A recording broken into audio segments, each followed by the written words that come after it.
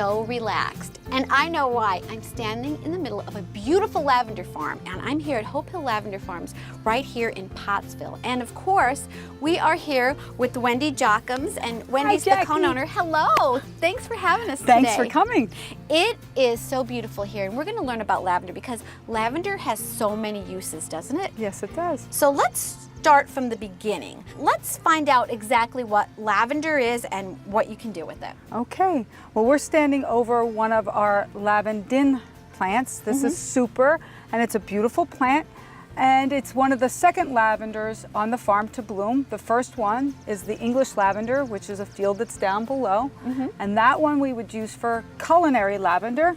This lavender plant here we use for distilling for essential oil that we make our soaps, our lotions, and our candles with. Right. And lavender has so many uses just from simply just being a pretty plant that you look at in your environment. Yes. Now you're going to show us how to cut a bouquet from this? Yes. Okay. There are two ways. There are I'm going to cut stem by stem, or I'm going to cut you a bouquet of lavender like Hope Hill Lavender Farm cuts a bouquet of lavender. All right. Where you grab a whole bunch at once. We will cut, and I do it this way, where I'll go up about 2 inches above the base of the plant. Okay. And if you look at this looks woody. Yeah. And lavender is a woody, perennial, woody shrub. It looks like two different plants almost, doesn't it? It almost looks like it arises out of a dead plant. Yeah. And so I'll go about 2 inches above, and I will cut. And then what I do, and this is considered a top cut because a lot of the stems are going to be about the same, I'll come down along the side and do that again, a little bit on an angle.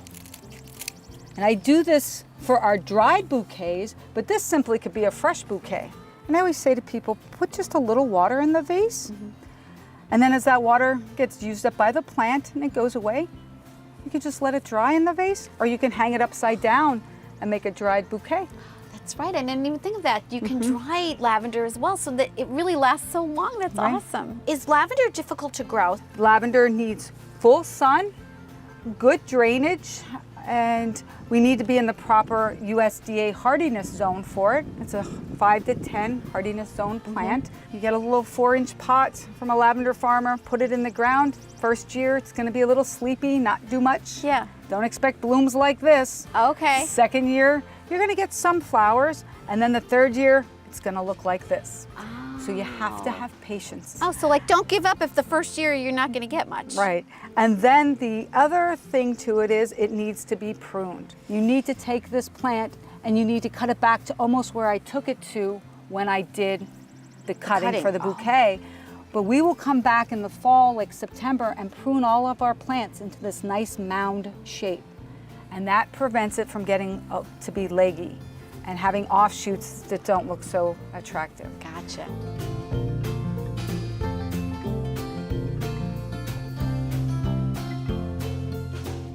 Now you can use lavender for culinary purposes too, right? Correct. All right, so tell us about that because it's a different plant, right? Yes, it is. It's a English lavender plant. A lavandula is what we would use. This is a lavandin, so this has all the perfume, the chemical constituents that makes it the thing that when people smell it, they go, that's lavender.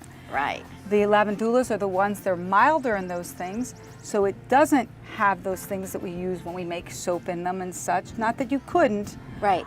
But we use those for culinary. I tend to play in the sweets area of things. I make cakes, cupcakes. We do use it in our herbs to Provence, which is a really neat mix that we sell here, a dried mix that you can put on cream cheese, goat cheese, and just use as a cracker dip, and that's very yummy too in the savory. But there are many savory options for it. I tend to play in the sweets. I always say take any of your favorite recipes with lemon, vanilla. A friend gave me her vanilla cupcake recipe. And of course, I had to add lavender to it to see how it worked. And it's great because it's vanilla, so the purple shows up very well. And it just adds a different sweet to it. Lavender is in the mint family.